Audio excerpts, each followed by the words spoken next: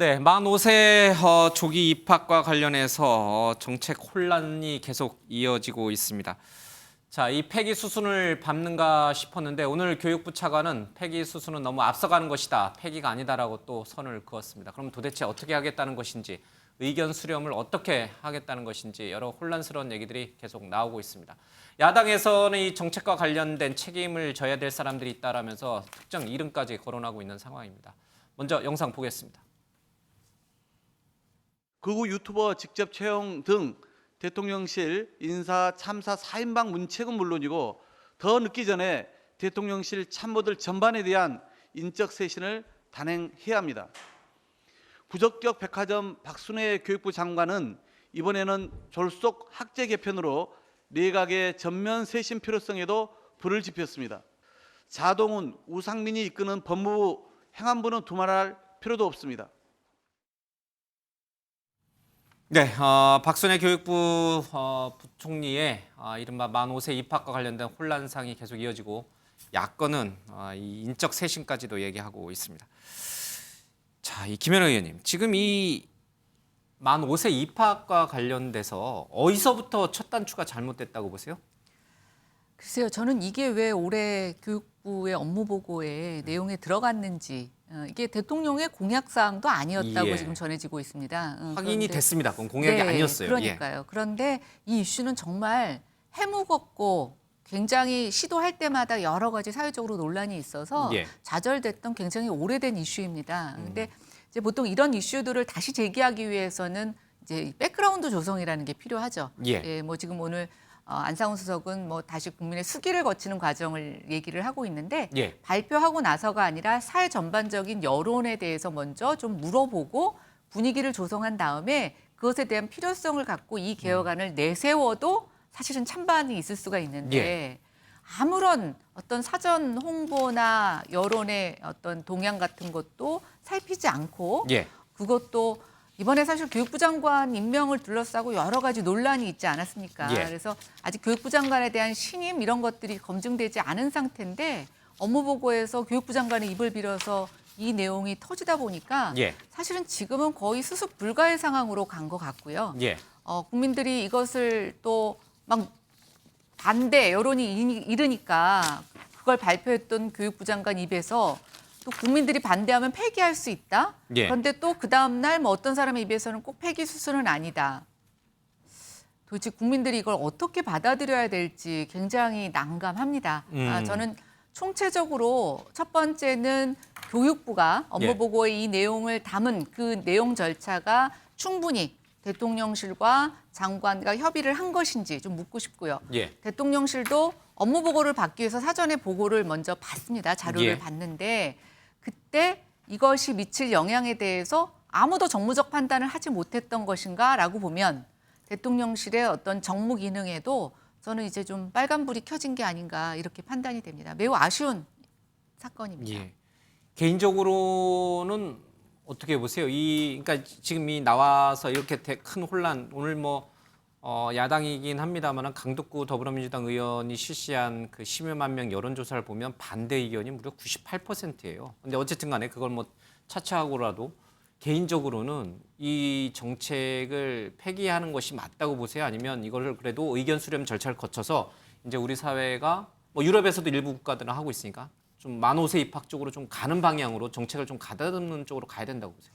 글쎄요, 이제는 뭐 추진이냐 폐기냐 이런 걸 예. 떠나서 일단 저는 대통령실과 교육부에서 이 의제를 꺼낸 백그라운드에 대해서 국민들에게 설명해야 된다고 생각합니다.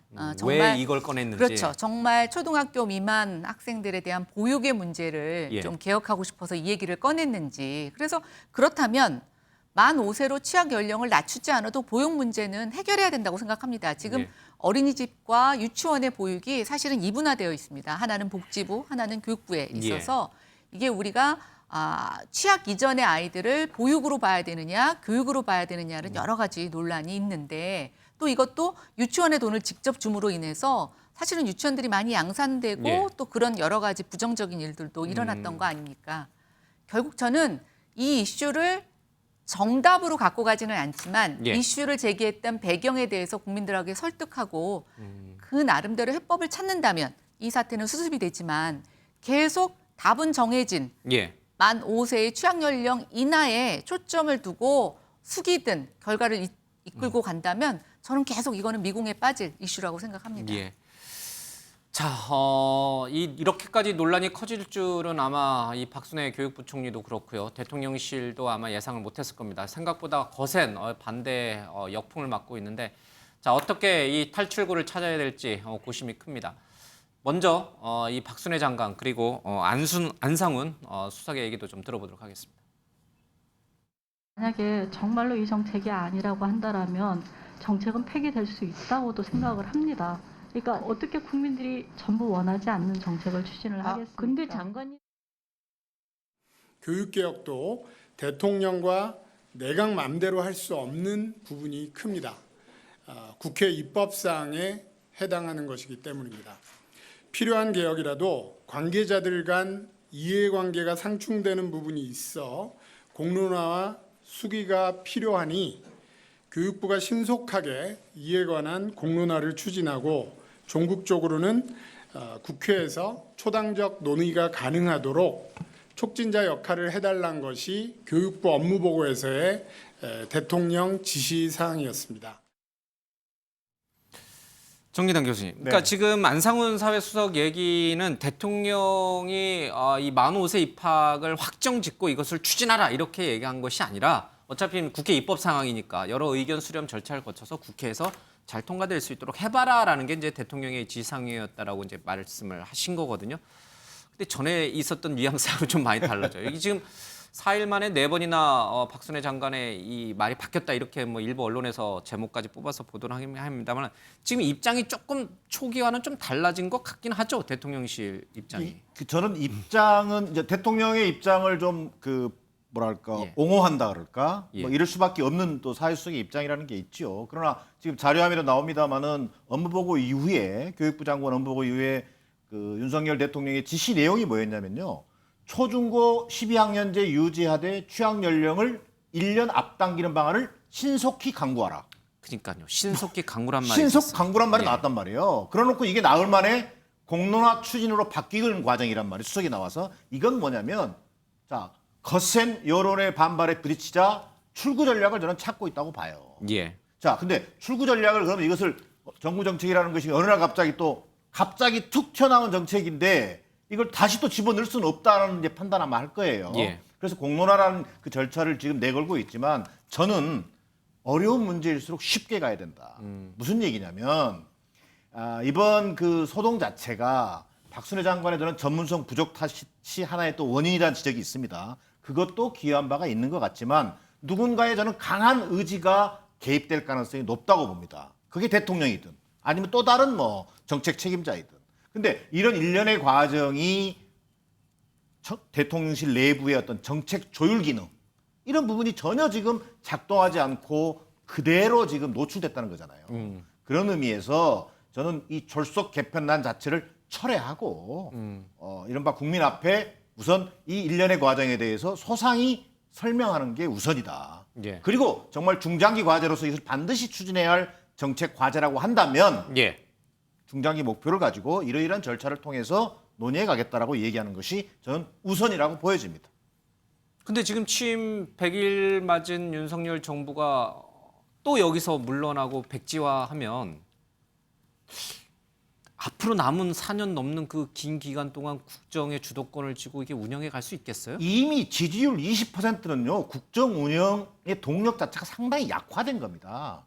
그러면 다시 한번 세수를 세부대에 담다는 심정으로 완벽한 쇄신을 통해서 국민들에게 대통령의 자세와 태도가 변하고 있다라고 하는 예. 자, 국민 여론 앞에 기본적으로 받아들이려고 하는 태도 이런 것을 보여주는 게 문제 해결에 저는 시발이라고 보여집니다. 윤경호 의원님, 앞서 잠깐 박홍근 민주당 원내대표 얘기 들었어요. 김대기 실장을 비롯해서 뭐 인사참사 관련 4인방 물러나게 해야 된다, 책임져야 된다는데 정말 우리 지금 정 교수님 말씀하신 것처럼 원점으로 돌아가서 내각을이나 아니면 청와대 참모를 개편하고 다시 시작하는 게 맞는 거예요? 아니면 그래도 뭔가 좀 추스려서 기존에 갖고 있었던 국정 과제라든지 공약이라든지 이런 걸 조금 더 정교하게 이제 절차적인 어떤 공론화 과정을 거쳐서 끌고 가는 게 더 맞는 거예요? 돌파구나 해법을 찾자면 대통령이 바뀌어야죠. 대통령이 생각을 바꿔야죠. 그런데 대통령 생각이 그렇게 쉽게 바뀌겠어요? 바뀌지 않으니까 결국 인사쇄신. 인사쇄신은 대통령 주변의 핵심 참모 아니면 장관 중에 아주 명백한 실책을 저지르거나 또는 뭐 아까 표현 중에 있었습니다만 신뢰를 얻지 못하는 뭐 이런 장관들을 바꾸는 게 과거 통상의 이런 위기에 빠졌을 때 돌파구였죠. 그러나 그렇게 하기에는 지금 윤석열 정부는 출범한 지 불과 3개월이 안 된 예. 너무나 지금 걸음마를 막 내디딘 상황 아니에요? 과거에 아마 대통령 비서실장을 바꿨던 가장 짧은 게 아마 5개월째였던 걸로 제가 기억해요. 박근혜 정부. 뭐 하여튼 비교하긴 그렇습니다만 그런 점에서 대통령 비서실장을 바꾸는 거는 상징적인 의미는 있겠죠. 뭐 전체를 다 잡을 수 있는 뭐 어떤 계기 뭐 이런 거. 그러나 나머지 뭐 인사비서관 무슨 비서관 뭐 이런 거는 이미 어떤 이유로 그 사람들은 자격이 없다라는 시비에 이미 걸려 있는 사람들이잖아요. 그러니까 그거는 자칫 잘못하면 초점이 흐려질 가능성이 있다. 야당의 입장에서는 저는 이 만 5세 취약 연령 하향 조정 이 건이 앞으로 윤석열 정부의 정책 추진에 굉장히 중요한 교훈이자 반면교사가 될 수 있다고 봅니다. 무슨 얘기냐? 대통령이 처음에 신속히 추진이라는 일방적인 지시를 내리는 걸로 업무보고 때 그렇게 국민에게 공표를 했어요. 그렇게 하면 모든 게 다 일사불란하게 이루어질 줄 알았죠. 그러나 이 건은 노동부가 추진했던 52시간제의 유연한 접근과는 차원이 다르죠. 왜? 이건 이해관계자가 너무나 많아요. 그리고 교육 문제라는 건 폭발성이 아주 큰 사안이란 말이죠. 쉽게 말하면 만 5세, 만 6세 아이들과 그 아이의 학부모들만 해도 몇십만 명이 넘지 않습니까? 그리고 처음부터 저는 정말 신뢰를 잃었다고 얘기하고 싶은 것 중에 하나가 뭐냐면요. 이 정부가 처음에 인수위 때 했던 얘기가 뭐죠? 만 몇 세 이거 없앤다고 그랬잖아요.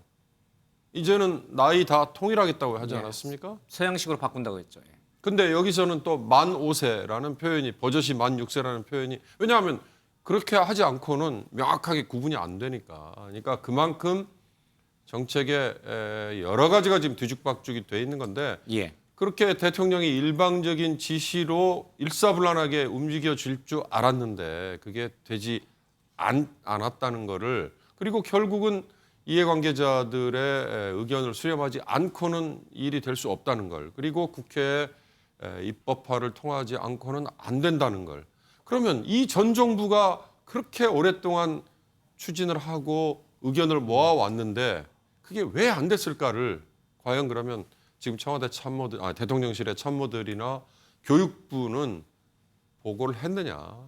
그러니까 결국 지금 상황에서는요. 앞으로 정책을 추진하면서도 저는 이번 건이 교훈이 되거나 아니면 반면교사가 되지 않으면 그러면 앞으로 아마 어떤 정책을 내놔도 국민의 신뢰를 얻기가 어려울 거다. 저는 그걸 걱정하고 있습니다. 예. 자, 경찰국 논란에 이어서 이 만 5세 입학 연령 하향 조정 문제까지 연일 악재가 좀 터지고 있는 것 같습니다. 자, 이것을 일선에서 제일 먼저 풀어내고 해결해야 될 사람이 바로 이 담당 부처 장관이겠죠. 근데 이 장관의 입에서 먼저 이 실수들이 자꾸 연발되는 것도 안타까움을 자아내는 부분입니다. 박순애 교육부 장관이 학부모와 만나서 이런저런 의견을 청취를 했는데 글쎄요, 국민이 듣기에는 다소 또 불편한 얘기들도 있었습니다. 그 장면 영상으로 보겠습니다. 제가 교육부가 업무 보고에 이런 화두를 던지지 않았다라면 언제 우리가 지난 한 5, 60년 동안 이렇게 학부모님들의 목소리, 지금 우리 정 대표의 이렇게 가슴 아픈 사연들을 직접 얘기하면서 같이 논의할 수가 있었겠습니까? 지금 말씀 병주고 약주는 말씀이신 것 같거든요. 시작할 때 완벽하지 못하더라도 그러니까 이미 이렇게 다 정책에 던져놓으시고 팩트 체크 안 한 정보들을 다 던져놓으시고 언론이 다 팩트 체크하게 해놓고 지금 이제 와서 이렇게 간담회 하시면서 아니요. 이미 잘하고 있는 아이들도 불행하다고 하면서 학교를 다니고 있는데 지금 산적해 있는 문제 하나 해결하지 못하시면서 장관님이 제가 위로받으려고 하는 게 아니에요. 네. 국가 책임교육 아무리 말하면 뭐합니까? 아무도 부모들이 그것을 체감하지 못하고 있는데 지금 산적해 있는 문제도 해결하지 못하면서 문제를 하나 더 얹어서 부모들의 가슴을 짓누르고 있는 상황입니다. 네, 이 학부모, 분노한 학부모의 마음을 어루만지려고 하는 이 박순애 장관의 그 마음은 뭐 이해를 하겠으나 그것이 학부모에게 또 보는 시청자에게 어떻게 전달이 될지, 국민에게 어떻게 전달이 될지도 한번 좀 고민을 해봤으면 어땠을까 하는 그런 아쉬움이 남됩니다. 차 교수님, 지금 어떻게 해석을 해야 됩니까? 저는 이래서 우선순위가 바뀌었다는 생각이 듭니다. 사실 이 정책을 추진할 땐 말이죠. 기본적으로 한 3가지 정도는 먼저 해야 되지 않을까요? 첫 번째는 수요자의 생각이죠. 수요자가 이제 소위 말하는 학부모들이라고 한다면 학부모들은 과연 이러한 정책에 대해서 어떻게 생각하고 있을까? 수용자라고 하죠, 뭐. 수용자, 수용자, 수요자, 그런. 자, 그러니까 수용자들은 과연 이걸 어떻게 받아들일 것인가에 대해서 그분들의 의견을 미리 청취할 필요가 있다. 두 번째는 현장의 상황이죠. 현장 실체에 대해서 가장 이 부분을 잘 아는 사람들은 결국은 지금 교육감들 아니겠습니까? 일선 교육청에 한 번도 이 의견을 물어보지 않았다는 거고. 예. 마지막으로 이거는 중요한 입법 사안이거든요. 그렇다고 한다면 입법 주체들하고도 논의가 돼야죠. 그러니까 국회 정당을 말하는 예, 거죠. 그렇죠. 국회하고 이런 부분들을 이야기할 수가 있는 거죠. 물론 이런 지금 취학 연령을 낮추겠다는 이 큰 비전 자체는 업무보고에 이야기는 할 수 있어요. 그러나 5년 안에 하겠다, 4년 안에 하겠다는 식의 구체적인 목표를 딱 정해놓고 여기에 가는 틀에 맞춰서 다 따라와라. 이런 식으로 가서는 안 된다는 것이죠. 그러니까 대통령 업무보고 때 취학 연령이라는 부분은 우리가 저출산 고령화 사회에서 뭔가 하나의 돌파구를 만들기 위해서 이런 방안이 좋지 않을까 정도는 이야기를 하고, 그렇다고 하면 이게 구체적인 부분들에 대해서는 국민들의 의견, 수용자들의 그런 여러 가지 의견들을 현장 상황을 살피고 난 뒤에 추진을 하겠다는 식으로 접근을 했다고 한다면 저는 이 정도의 파문은 일어나지 않았을 거라는 생각이 들어요. 그런데 우리가 이런 표현 쓰잖아요.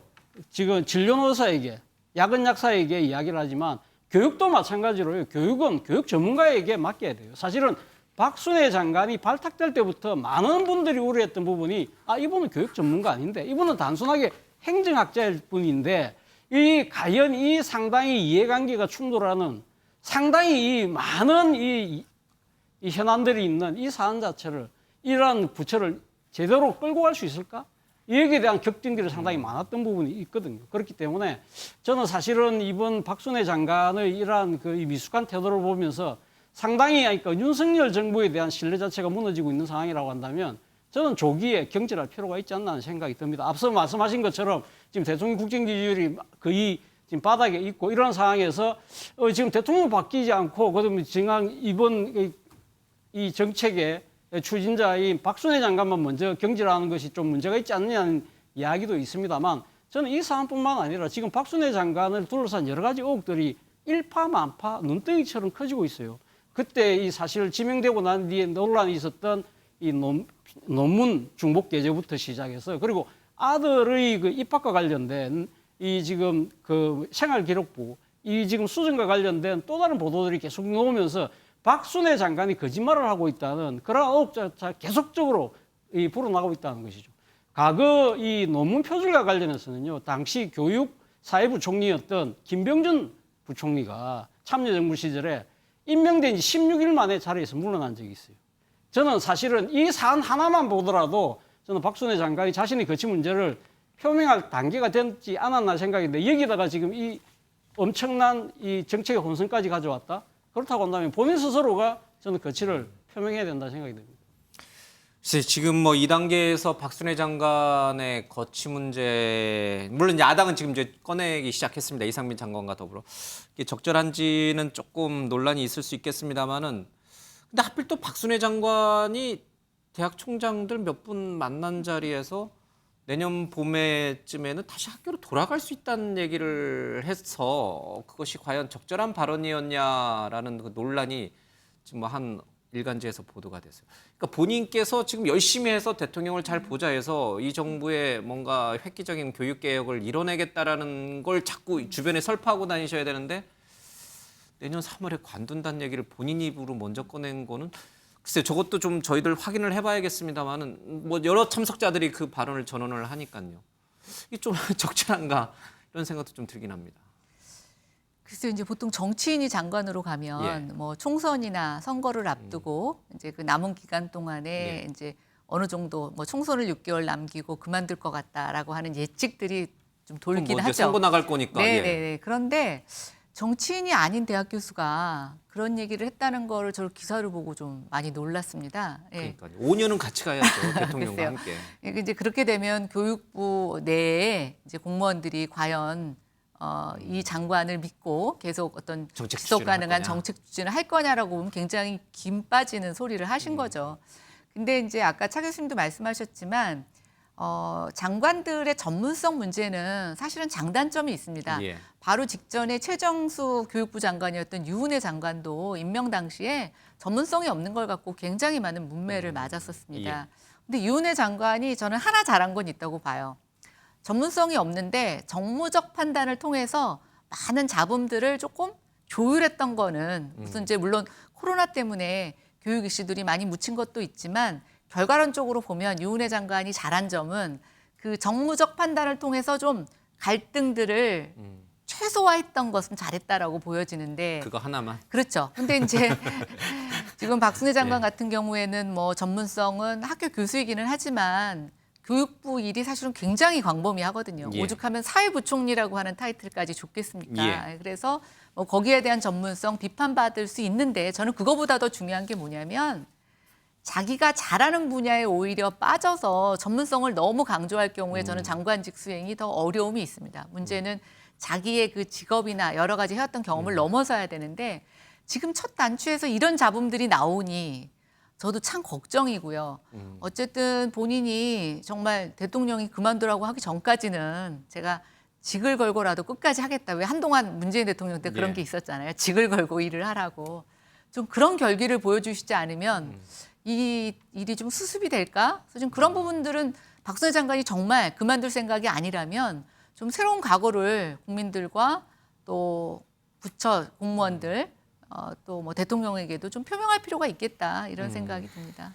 근데 사실 많은 분들이 좀 의아하게 여기는 게 이제 박순애 장관은 뭐 대표적인 우리나라 행정학자 중에 한 분이시잖아요. 굉장히 또 유명하신 분이고. 그러니까 행정학 쪽에서도 이제 정책학이라는 게 있을 텐데 뭐 세부적인 학문 분류는 제가 잘 모르겠습니다만 어떻게 의견 여론을 수렴하고 또 어떤 절차를 거쳐서 누구랑 협의를 해서 어떻게 입법화 과정을 거쳐서 어떻게 정책 추진으로 실행으로 옮겨간다라는 거를 누구보다 잘하는 분들이 바로 행정학자들이거든요. 근데 앞서 우리 차 교수님 얘기하신 대로 국회와도 또 학부모 단체와도 또 일선 교육청의 교육감들하고도 한 번도 이 의견 수렴 절차를 안 거쳤다는 게 좀 의아해요. 그걸 모르시는 분이 아닐 텐데 왜 이렇게 됐을까 일이 처음부터. 그 미스테리함을 많은 분들은 좀 궁금해하는 것 같아요. 왜 그랬을까요? 근데 이제 행정학에서 우리가 다루는 또 행정대학원에서 다뤘던 부분은 이제 공무원들과 좀 사실은 그 직접적으로 이 행정을 하시는 분들과의 영역이라고 생각이 돼요. 예. 근데 이제 사회부총리는 사실은 일반 국민들과의 관계도 있는 겁니다. 예, 근데 아마 박순애 장관이 그런 부분에 있어서는 좀 경험이 없지 않으실까라고 생각을 하고. 공무원들은 많이 상대했지만 그렇죠. 예. 그리고 교육 문제가 대한민국에서 왜 세 가지 이슈는 건드리지 말라고 하지 않습니까? 교육, 뭐 대학 입시와 관련된 예. 교육, 부동산, 축구. 예. 뭐온 국민이 다 전문가이기 때문에. 종교도 건들면 안 돼요. 네. 그래서 그런 부분에 있어서 조금 요거를 너무 과소평가하셨던 게 아닌가 생각이 들고 뭐 어쨌든 첫매는 아주 제가 봤을 때는 제대로 맞으셨어요. 근데 이제 앞으로가 더 중요하다고 생각하고 반문교사라 삼자. 네, 그다음에 이제 저는 뭐 대통령실도 마찬가지라고 보여지는데 이런 일이 있을 때마다 뒷수습이 더 중요합니다. 예, 그래서 이게 길이 되면은 저는 뭐 더 좋은 쪽으로 왜냐하면 임기 예. 초반이기 때문에 그런데 이런 일이 있음에도 불구하고 이 수습에 있어서 원인을 발견 못하고 같은 일이 반복된다면 그거는 이제 신뢰를 상실하는 문제가 되는 거죠. 그러니까 지금 이제 윤경호 의원께서도 말씀하셨는데 이게 반면교사라 삼아서 이제 더는 이런 실수가 없도록 해야 된다. 제가 아까 반면교사라는 얘기에 하나만 추가를 하자면 아까 학부모 단체 대표의 얘기에 이미 들어 있어요. 박순애 장관에게 당신이 무슨 자격으로 이걸 결정할 수 있느냐라는 뉘앙스의 얘기를 했잖아요. 정부가 그러니까 공무원들이 이런 정책을 맡는 거는 임명직들은 어찌됐든 대통령으로부터 임명을 받아서 위임 받은 거 아니에요? 선출직들은 표로서 뭔가 대표성을 줘서 법도 만들고 정책을 추진을 하잖아요. 예. 그런데 이런 식의 이해 당사자들의 의견이 제대로 반영이 안 되는 정책이 나오면 바로 이런 반발이 부닥쳐요. 당신이 무슨 자격으로 이걸 이런 100년 대계에 가까운 교육 정책, 예를 들어서 2025년부터 시작을 하더라도 2027년을 넘어가면 지금 윤석열 대통령의 임기 다음에 이런 것들이 변화가잖아요. 그렇게 되면 대통령에게까지도 나중에는 예. 무슨 권한을 누가 당신에게 부여했느냐라는 반발에 부닥칠 수 있다. 그런 점에서 이번 이 건이 반면교사가 되지 않으면 앞으로 정말로 더 큰 예. 반발에 부닥쳤을 것이다. 이 경고를 드리는 거죠. 근데 사실은 이 건이 아니더라도 이 앞에 여러 건들도 이미 충분히 반면 교사로 삼을 만한 일들이 여러 번 있었어요. 그렇죠? 뭐 잘 기억을 떠올려 보시면 주 52시간제 논란도 좀 있었고요. 그렇죠?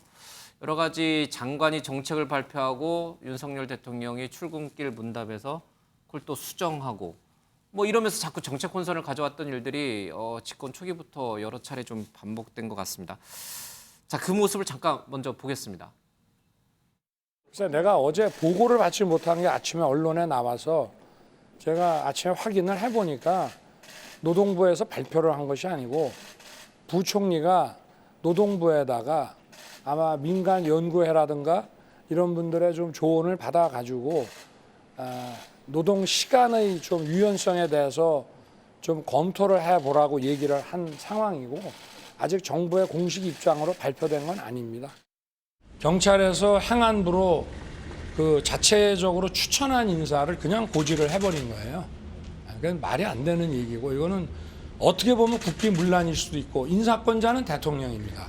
이것을 또 언론에다가 마치 인사가 번복된 것처럼 이렇게 나간다는 자체는 아주 중대한 국기문란 아니면은 이거는 어이없는 공무원으로서 할 수 없는 그런 과오라고 볼 수 있습니다. 자, 정기당 교수님, 이제 뭐 충분히 여러 가지 문제점에 대해서는 이제 다들 얘기를 하셨으니까 쓴소리 말고 이제 쓴소리는 할 만큼 했으니까 쓴소리 말고 또 전 정권에서 또 우리 총리실에서도 있어 보셨고 하니까 좀 윤석열 정부 잘 되라는 좀 그러니까 조언 차원에서 좀 한 말씀 해주세요. 이렇게 이런 정책 혼선, 장관과 대통령의 말씀이 서로 달리 나타나는 그리고 밑에 청와대 참모들과 또 일선 장관들 간에 또 엇박자가 발생하는 이런 것들을 좀 어떻게 하면 줄일 수 있을까? 정말 뭐 쓴소리가 어떻게 구별되는지는 모르겠지만 저는 쓴소리는 그만하시고요. 그만할게요. 그만하는데 정말 윤석열 정부가 국민의 어떤 지지를 토대로 대통령이 됐고 출범한 지 80일이 됐잖아요. 정말 성공한 대통령이 되기를 국민들이 바람이 있을 거란 말입니다. 자, 그럼에도 불구하고 지금 출범 초기에 보여지는 모습들이 워낙 지금 뭐랄까 좀 이게 도대체 어느 방향으로 가고 있는지조차도 모를 정도란 말이에요. 자, 근데 이번 경우만 놓고 보더라도요. 저는 뭐 주 50일간 노동 문제 혼란이라든지 또는 뭐 경찰국 신설 논란이라든지 느닷없는 용산 대통령실 이전이라든지 다 좋습니다. 대통령의 의지도 반영됐고 또 나름 여론의 문매도 맞았고 가는데 이번에 이 취학 연령 이 아동 문제 교육부 장관의 어떤 이 정책의 졸속 추진 논란은요. 워낙 폭발력이 크고 저는 심각한 국정 동력의 훼손은 나타날 거라고 봐요. 그렇다면 이 문제는 정확하게 이 지점에서 지금 모든 정부 관계자들이 공론화라고 하는 공론화를 시작하겠다는 얘기로 지금 빠져나가려고 하고 있단 말이에요. 이렇게 저는 빠져나가기 어렵다고 봅니다.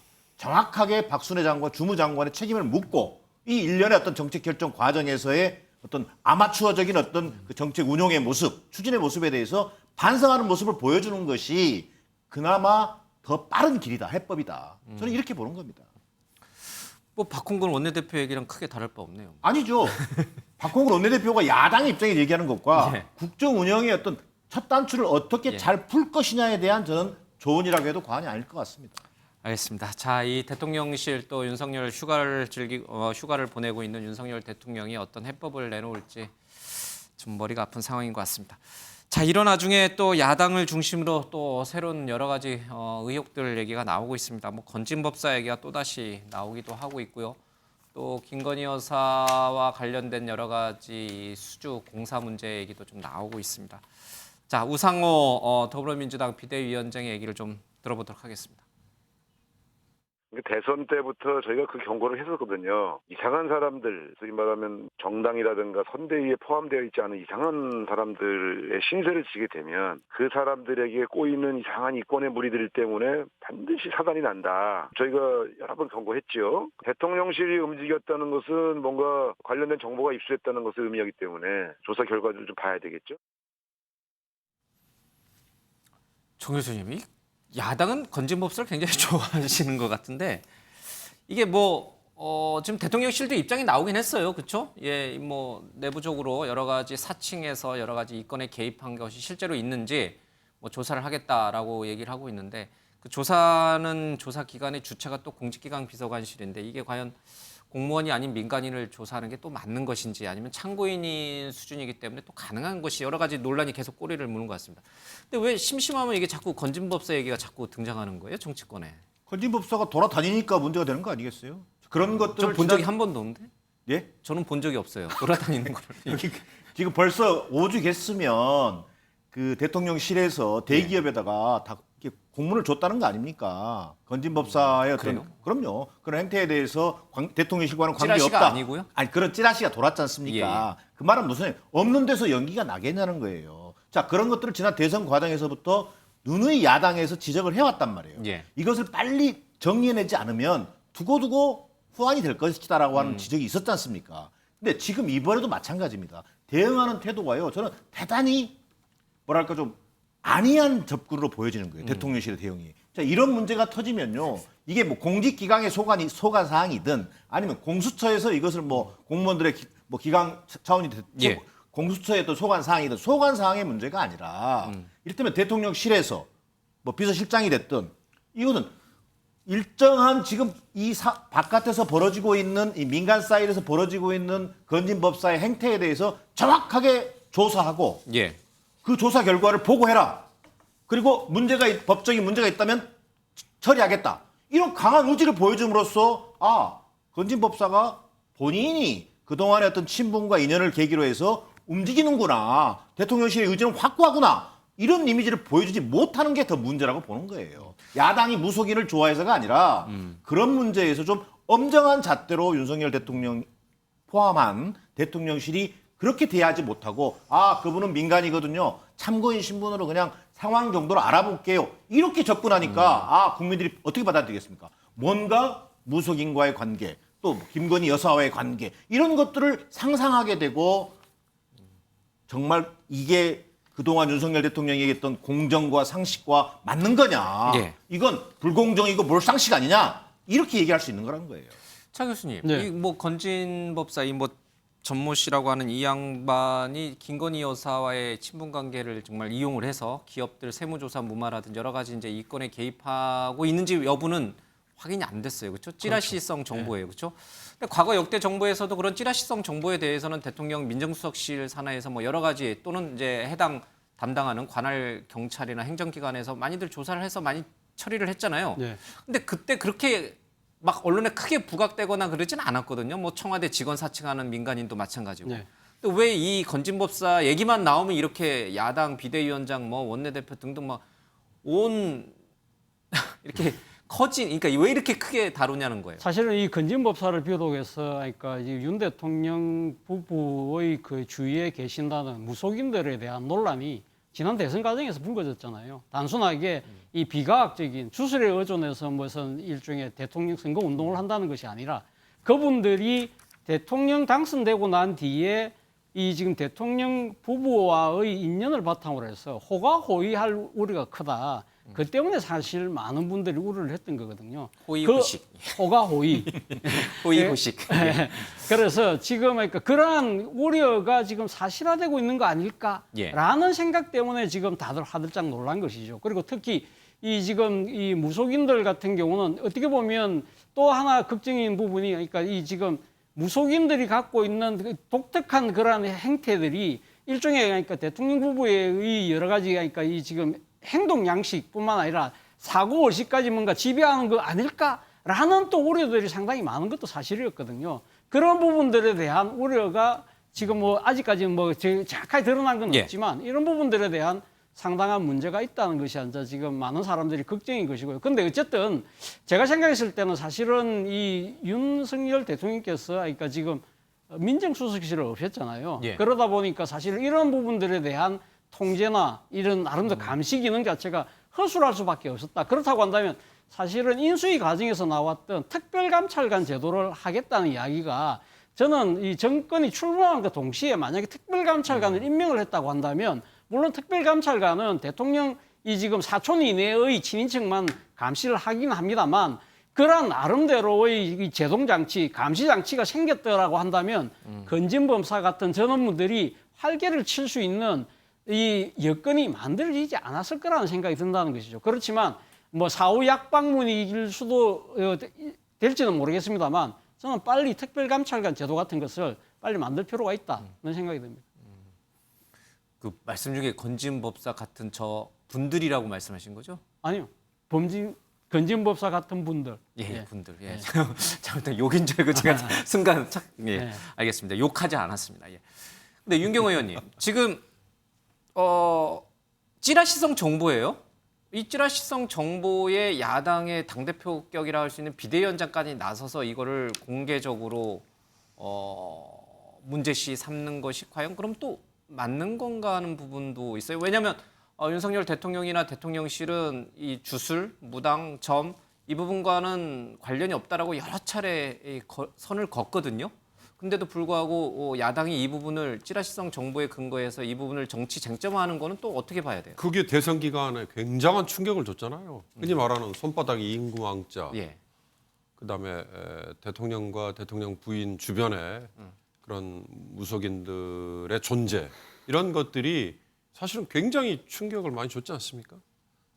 그게 어떻게 보면 표현이 그렇습니다만 지금 먹힌다라고 생각을 하니까 야당에서 이 대목을 계속 공격하는 거죠. 그러니까 저는 건진법사라는 사람이 무속인이다 아니다 뭐 이걸 떠나서 완장을 쉽게 말하면 차지 않은 사람이 대통령과 대통령 부인 주변에 아직까지도 예. 영향력을 행사하는 양 자기가 그렇게 얘기를 하고 다닌다. 기업인들을 만나고 다니면서 어떠한 얘기를 하고 다닌다. 심지어는 뭐 공천 운운하는 것까지 지금 찌라시에는 예.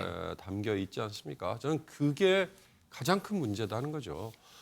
완장을 찬 사람들, 쉽게 말하면 대통령 비서실 안에 근무를 예. 하고 있는 사람이라면 그 사람의 자격이 있다 없다, 그 사람의 경력이 어디를 거쳤다, 그래서 그 일을 할 만하다 아니다, 또 스스로 뭔가 절제를 하고 이권에 그렇게 무분별하게 개입한다 안 한다라는 게 분명히 감시의 대상이 되고 통제의 대상이 되는 거죠. 그리고 그들이 만약에 움직였다면 아까 말한 공직기강 비서관실에서 당연히 나서서 조사와 수사까지 할 수 있는 상황인데, 그게 아니라 완장을 차지하는 사람들이 이렇게 주변에서 설치고 있다라는 얘기가 나온다는 게, 그게 저는 가장 큰 문제라고 봅니다. 예. 뭐 이 밖에도 뭐 관저공사의 코바나 컨텐츠 또 뭐 후원했던 업체가 선정된 거 아니냐 이런 논란까지도 계속 나오고 있습니다. 자, 꽤 긴 시간을 윤석열 정부의 이 좀 여러 가지 정책적 혼란 또 관련된 찌라시성 정보 이런 얘기를 좀 다뤘습니다.